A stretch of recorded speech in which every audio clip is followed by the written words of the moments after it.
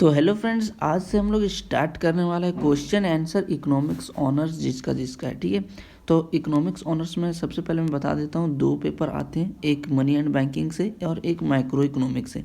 तो मैं पेपर 1 के लिए सबसे पहले मैं बता रहा हूँ, जितने भी क्वेश्चन बताऊँगा वो पेपर 1 के लिए होंगे। ठीक है, तो माइक्रो इकोनॉमिक्स के लिए सारा का सारा होने वाला है।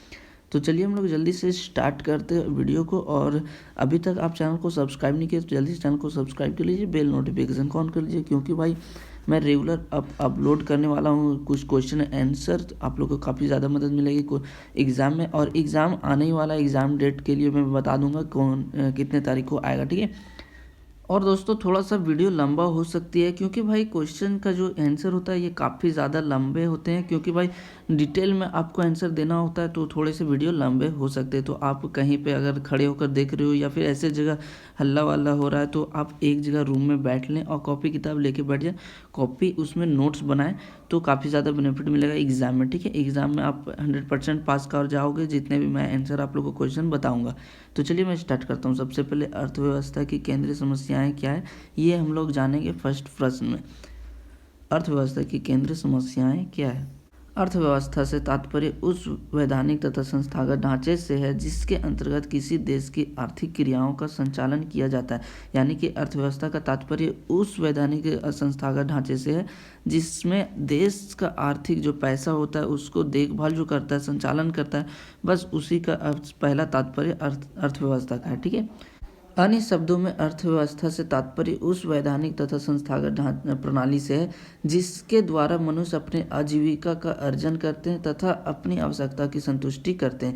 यानी कि दूसरे अन्य शब्दों में अगर अर्थव्यवस्था का बोला जाए तो ये है, मनुष्य जो अपने के लिए जो कमाते हैं, जीते हैं और अपने आवश्यकता को पूरी करते हैं, उसी को दूसरे शब्द में इकोनॉमी कहा जाता है, अर्थव्यवस्था कहा जाता है। ठीक है, प्रत्येक अर्थव्यवस्था जैसे पूंजीवादी, समाजवादी एवं मिश्रित अर्थव्यवस्था को साधनों की सीमितता एवं उनके वैकल्पिक प्रयोगों तथा आवश्यकताओं की असीमितता के कारण साधनों एवं साधियों के बीच उपयुक्त समायोजन की समस्या का सामना करना पड़ता है। इन समस्याओं को ही एक अर्थव्यवस्था के केंद्र समस्याएं कहा जाता है।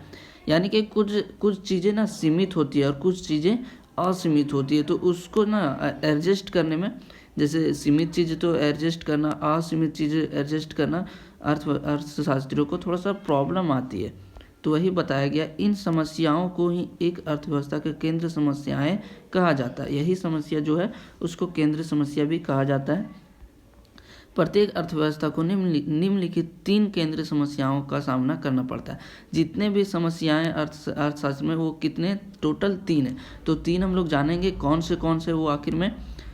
तो पहला हम लोग के सामने है, क्या उत्पादन किया जाए तथा कितनी मात्रा में किया जाए। ये बहुत बड़ा प्रॉब्लम है, पहला प्रॉब्लम है। ठीक है, तो हम लोग देखते हैं क्या इसमें आंसर है। किसी भी अर्थव्यवस्था की समझ प्रथम समस्या यह होती है कि लोगों की अधिकतम आवश्यकताओं की संतुष्टि हेतु, यानी कि पहला प्रॉब्लम ये है, किसी भी आदमी का संतुष्टि पूरा प्राप्त नहीं होता है, उसका समस्या बहुत ज़्यादा है। ठीक है, सीमित साधनों की सहायता से किन किन वस्तुओं तथा सेवाओं का प्राथमिकता के आधार पर उत्पादन किया जाए। कुछ चीज़ें मैंने बोला था सीमित है, तो उसको किस आधार पर उत्पादन किया जाए, ये भी प्रॉब्लम है, तथा उनका उत्पादन भविष्य के लिए स्थगित किया जाए। जो सीमित चीज़ें जैसे पेट्रोल हो गया, इसको भविष्य में भी लेकर जाना है, ये नहीं कि अभी यही वाला जनरेशन में ख़त्म कर देना है। आगे वाले जनरेशन के लिए भी पेट्रोल हम लोग को बचा कर रखना पड़ेगा। ठीक है, चूँकि मानवीय आवश्यकताओं की तुलना में संसाधन जो है वो सीमित है और दुर्लभ भी है, यानी कि बहुत कम है और सीमित भी है, तथा इनके वैकल्पिक प्रयोग संभव है, लेकिन इसको प्रयोग करना बहुत ज़्यादा ज़रूरी भी है।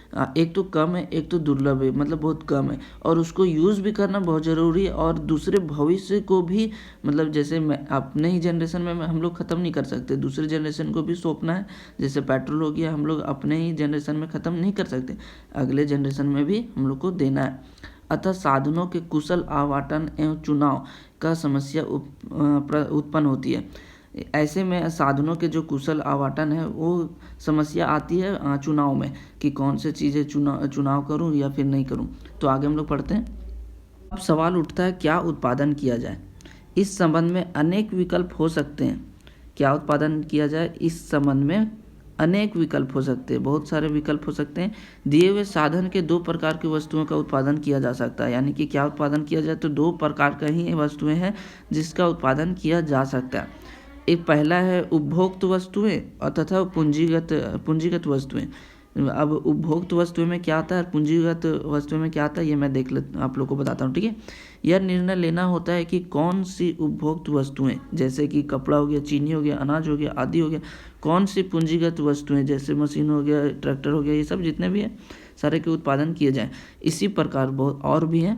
यह चुनाव करना पड़ता है कि कौन सी युद्धकालीन, जैसे युद्धकालीन में भी बहुत चीज़ें लगती है, मशीन गन हो गया, तोप हो गया, टॉप टैंक हो गया, ये सब परमाणु बम, ये सब जितने भी हैं सब और भी चुनाव करने पड़ते हैं।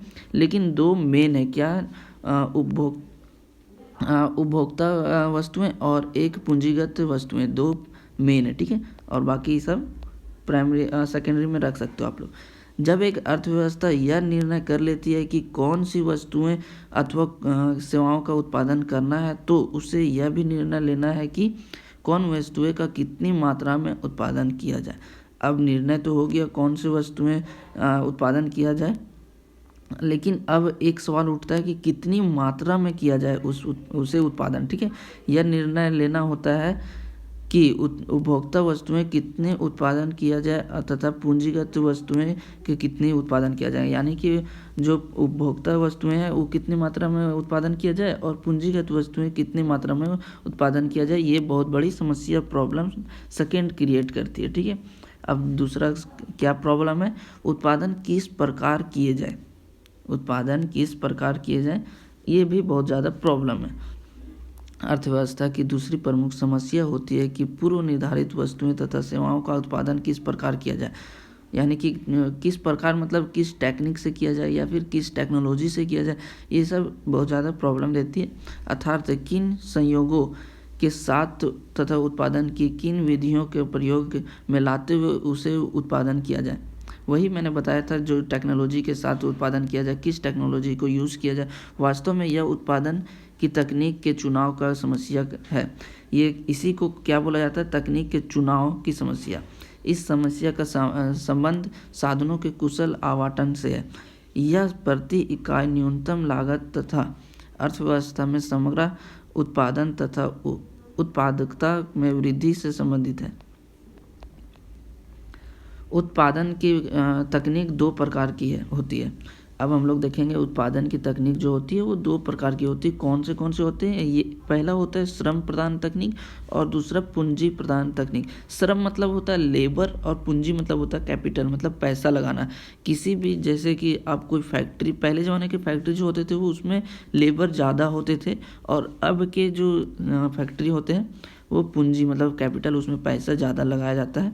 ये सब इस तकनीक में, श्रम प्रदान तकनीक में पूंजी की तुलना में श्रम का उपयोग अधिक किया जाता है। यानी कि श्रम, पैसा के मामले में पूंजी मतलब लेबर का ज़्यादा यूज़ किया जाता है। सेकंड नंबर पूंजी प्रदान तकनीक। इस तकनीक में श्रम की तुलना में पूंजी का प्रयोग अधिक किया जाता है। यानी कि पूंजी का जो पूंजी लेबर से ज़्यादा पैसे का यूज़ किया जाता है। ठीक है, एक अर्थव्यवस्था को यह निर्णय लेना पड़ता है कि वह किस उद्योग में कौन सी तकनीक का चयन करे। अब अर्थव्यवस्था में यह भी निर्णय लेना पड़ता है कि कौन से उद्योग मतलब कौन से फैक्ट्री में कौन सी तकनीक का चयन किया जाए, चूज़ किया जाए, जो उपलब्ध साधनों का कुशलतम प्रयोग करते हुए अधिकतम उत्पादन का संभव बनाए। मतलब कि कम उपलब्ध जो हमारे पास सामान है उसको अधिक से अधिक मतलब ज़्यादा से ज़्यादा ये प्रोडक्ट हमको बना के दे। उत्पादन के विभिन्न तकनीकों में से सबसे कुशल तकनीक वह है जिसके प्रयोग के समान सबसे अच्छा तकनीक कौन सा है उसको मैं पढ़ता हूँ, जहाँ आप लोग को बताता हूँ। ठीक है, जिसके प्रयोग में समान मात्रा का उत्पादन करने के लिए सीमित साधनों का न्यूनतम आवश्यकता होती है। यानी कि समान मात्रा में जो उत्पादन होता है उसके सीमित साधनों से न्यूनतम किया जाता है, आवश्यकता को पूरी किया जाता है। अन्य शब्दों में उत्पादन अपेक्षाकृत न्यूनतम लागत पर किया जाता है। किसी भी अर्थव्यवस्था में उत्पादन की किस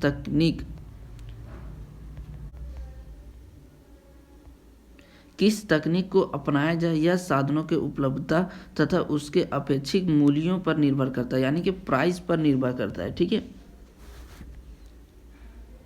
हम लोग देख चुके हैं क्या उत्पादन किया जाए तथा कितनी मात्रा में किया जाए। दूसरा, उत्पादन किस प्रकार किया जाए, दूसरा देख लिए, पहला भी देख लिए। तीसरा हम लोग देखते हैं उत्पादन किसके लायक किए जाए, फॉर होम टू प्रोड्यूस। अब हम लोग पढ़ते हैं इसका आंसर 3 में क्या है। किन वस्तुएं एवं सेवाओं का उत्पादन कितनी मात्रा में किया जाए तथा वस्तुओं का उत्पादन किस प्रकार किया जाए, यह निर्णय लेने के साथ ही अर्थव्यवस्था को यह भी निर्णय लेना पड़ता है कि उत्पादन किसके लिए किया जाए, यानी कि कौन से आदमी लोग के लिए उत्पादन किए जाए। अन्य शब्दों में अर्थव्यवस्था की तीसरी समस्या का संबंध उत्पादन के वितरण यानी डिस्ट्रीब्यूशन से है।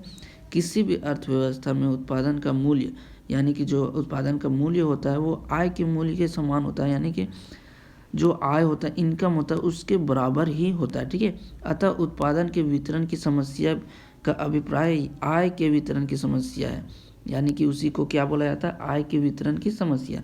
इस समस्या के दो पहलू है। अब दो पहलू में पहला पहलू क्या है, प्रथम पहलू का संबंध व्यक्तिगत वितरण यानी कि इंडिविजुअल डिस्ट्रीब्यूशन से है। इसका तात्पर्य यह है कि उत्पादन का समाज के विभिन्न व्यक्तियों एवं परिवारों के बीच बंटवारा किस प्रकार किया जाए। इसका संबंध आय के वितरण की समानता की समस्या से भी है। और दूसरा हम लोग जानते हैं वितरण की समस्या का दूसरा पहलू कार्यक्षम वितरण यानी कि फंक्शनल डिस्ट्रीब्यूशन है। इसका संबंध यह ज्ञात करने से है कि उत्पादन के विभिन्न साधनों अर्थात भूमि, श्रम, पूंजी तथा उद्यम के बीच उत्पादन के बंटवारा कैसे हो। इसका संबंध आय वितरण की समानता असमानता से नहीं है। अब हम लोग आगे जो केंद्र समस्याओं का विस्तृत रूप है उसको जानेंगे। ठीक है, प्रोसेम्युलेशन जो अर्थव्यवस्था की उपरोक्त 3 आर्थिक समस्याओं का उल्लेख करते हैं। प्रोसेम्युलेशन जो थे वो 3 समस्याओं का उल्लेख करते हैं, जबकि स्टिग्लर तथा लेफ्टविच जैसे अर्थशास्त्रियों ने अर्थव्यवस्था 2 अतिरिक्त केंद्र समस्याओं का विचार प्रस्तुत किए हैं। अब हम लोग देखेंगे कि ये कौन से 2 प्रॉब्लम है। ठीक है, ये समस्याएं समष्टि अर्थशास्त्र में संबंधित है, यानी कि समष्टि मतलब होता है माइक्रो इकोनॉमिक्स। ठीक है, माइक्रो इकोनॉमिक्स से संबंधित है। ये 2 हम लोग देखते हैं। संसाधनों का पूर्ण उपयोग कैसे हो, संसाधनों का जो संसाधन जो है उसको पूरा यूज़ कैसे किया जाए, ये हम लोग पहला प्रॉब्लम है, तो इसको पहले हम लोग जान लेते हैं। एक अर्थव्यवस्था की अगली प्रमुख समस्या होती है कि उपलब्ध सीमित साधनों का पूर्ण उपयोग किस प्रकार किया जाए। जैसे कुछ सामान तो सीमित है लेकिन उसको पूरा तरह से यूज़ करना कैसे करना है ये इसमें बता रहे हैं। ठीक है, कौन, स्टिग्लर और लेफ्टविच दोनों ने। अर्थात साधनों को पूर्ण रोजगार कैसे प्रदान किया जाए, यानी कि जो साधन है उसको पूर्ण रोजगार में कैसे दिया जाए, प्रदान किया जाए। प्रयास सभी अर्थशास्त्रियों में उत्पादन के साधनों भूमि, श्रम, पूंजी आदि का पूरा उपयोग नहीं कर पाते। जितने भी अर्थव्यवस्थाओं हैं, जितना भी अर्थव्यवस्था है उसमें पूरा का पूरा यूज़ नहीं हो पाता है। अर्थात संसाधन अप्रयुक्त पड़े रहते हैं, यानी कि जो संसाधन है वो पड़े रहते हैं लेकिन उसका यूज़ नहीं हो पाता है। बाकी कुछ होता है लेकिन पूरा का पूरा यूज़ नहीं हो पाता है, चूँकि साधन सीमित होते हैं। आप लोगों को मैं बार बार बताता हूँ कि साधन जो है वो सीमित है, अतः इनका भरपूर उपयोग ना होने से अर्थव्यवस्था पर नकारात्मक प्रभाव पड़ता है, यानी कि थोड़ा सा प्रॉब्लम आती है, ज़्यादा नहीं। अतः प्रत्येक अर्थव्यवस्था को विकास का ऊंचा लक्ष्य प्राप्त करने तथा साधनों को रोजगार उपलब्ध कराने के लिए सभी साधनों का पूरा उपयोग करना चाहिए, यानी कि पूरा का पूरा उपयोग करना चाहिए। प्रत्येक अर्थव्यवस्था अनैच्छिक बेरोजगारी एवं अल्प बेरोजगारी की समस्याओं के समाधान का प्रयास करती है। जितने भी अर्थव्यवस्था है वो बेरोजगारी पर समस्या का समाधान करना चाहती है, कोशिश कर रही है। एक अर्थव्यवस्था को यह भी ध्यान में रखना पड़ता है कि पूर्ण रोजगार की स्थिति में जितने भी रोजगार है वो कीमत जो है वो स्थिर रहे, यानी कि एक ज़्यादा ना हो और कम भी ना हो। इस तरह इस समस्या के दो पहलू हैं। अब पहला पहलू उत्पादन के सभी साधनों जैसे भूमि हो गया, श्रम हो गया, पूंजी हो गया आदि का पूर्ण रोजगार उपलब्ध कराना है। ठीक है, भूमि का, श्रम का, पूंजी का जितने भी है उसका रोजगार दिलाना, ये भी प्रॉब्लम है, समस्या है। और दूसरा अर्थव्यवस्था में उपलब्ध सीमित साधनों का पूर्ण उपयोग करना, यानी कि सीमित साधनों का पूर्ण जो पूरा यूज़ करना प्रॉब्लम देता है, क्योंकि पूरा यूज़ हो जाएगा तो फिर दिक्कत करेगा आगे जनरेशन में। अब हम लोग एक देख चुके हैं साधनों का पूर्ण उपयोग कैसे हो, और हम लोग दूसरा देखेंगे आर्थिक विकास कैसे हो। ठीक है, अब हम लोग जानेंगे आर्थिक विकास कैसे हो, साधनों का पूर्ण उपयोग कैसे हो, ये जानेंगे पहला, और दूसरा आर्थिक विकास कैसे हो। तो चलिए हम लोग स्टार्ट करते हैं फटाक से। How to achieve economic growth. प्रत्येक अर्थव्यवस्था की एक अन्य प्रमुख समस्या होती है उत्पादन के स्तर में वृद्धि कर अधिक आर्थिक विकास को प्रोत्साहित करना। यानी कि प्रत्येक अर्थव्यवस्था का प्रमुख समस्या होती है कि उत्पादन का स्तर जो है वो वृद्धि करे, मतलब बढ़े, और आर्थिक विकास का जो है आर्थिक विकास है वो और आगे ऊपर जाए और प्रोत्साहित करे। इस समस्या को ही आर्थिक विकास की समस्या कहा जाता है। इसी समस्या को क्या बोला जाता है? आर्थिक विकास का समस्या। ठीक है, अब हम लोग देखते हैं प्रत्येक अर्थव्यवस्था के सामने यह समस्या होती है कि अपनी उत्पादन क्षमता में कैसे वृद्धि की जाए। प्रत्येक अर्थव्यवस्था के सामने यह समस्या होती है कि अपनी जो उत्पादन की क्षमता है वो कैसे उसको जो उत्पादन करते प्रोड्यूस करते उसको वृद्धि मतलब बढ़ाया कैसे जाए, ताकि अधिक उत्पादन प्राप्त हो सके, ताकि बहुत सारे उत्पादन हो सके। एक अर्थव्यवस्था तकनीकी प्रगति कर एक हो गया अर्थव्यवस्था तकनीक प्रगति कर, संसाधनों का दक्षतम उपयोग कर, वैकल्पिक साधनों की खोज कर, नवीन वस्तुओं का उत्पादन कर आर्थिक विकास के लक्ष्य को प्राप्त कर सकती है। यानी कि उत्पादन कर आर्थिक विकास के लक्ष्यों का जो आर्थिक है वो उसका जो लक्ष्य है वो पूरा से पूरा प्राप्त कर सके। यानी कि आर्थिक मतलब किसी देश का आर्थिक या फिर अपना आर्थिक को सुधारने के लिए पूरा से पूरा एकदम लक्ष्य को प्राप्त कर सके। आर्थिक विकास के लिए पूंजी निर्माण की आवश्यकता होती है। यानी कि पैसे की बहुत ज़्यादा पूंजी आपके पास जब तक नहीं होगी तब तक आप विकास नहीं कर पाओगे। पूंजी निर्माण के लिए बचत अर्थात वर्तमान उपभोग का त्याग करना पड़ता है। अतः आर्थिक विकास की लागत भावी विकास के लिए वर्तमान उपभोग त्याग करना पड़ता है। यानी कि जो अभी वर्तमान में चल रहा है और जो भविष्य में होगा उसका आर्थिक पर बहुत ज़्यादा ध्यान रखना पड़ेगा, पैसे को बचाना पड़ेगा, तभी आपका आर्थिक बन सकता है। यानी आर्थिक मतलब इकोनॉमिक। ठीक है, आर्थिक विकास द्वारा सामाजिक न्याय तथा समानता के लक्ष्य की प्राप्ति भी होनी चाहिए। अर्थव्यवस्था के समस्त केंद्र समस्याएं परस्पर संबंधित एवं परस्पर निर्भर है। यानी कि केंद्र समस्याएं जो एक दूसरे के साथ संबंधित है और एक दूसरे पर निर्भर करती है। परस्पर मतलब एक दूसरे के साथ निर्भर करना। प्रथम 3 व्यष्टि अर्थशास्त्र तथा अंतिम 2 समष्टि अर्थशास्त्र से संबंधित है। पहले वर्ग की समस्या स्थैतिक अर्थव्यवस्था की है, यानी कि अस्थिर अर्थव्यवस्था से है, जबकि दूसरे वर्ग की गत्यात्मक अर्थव्यवस्था की है।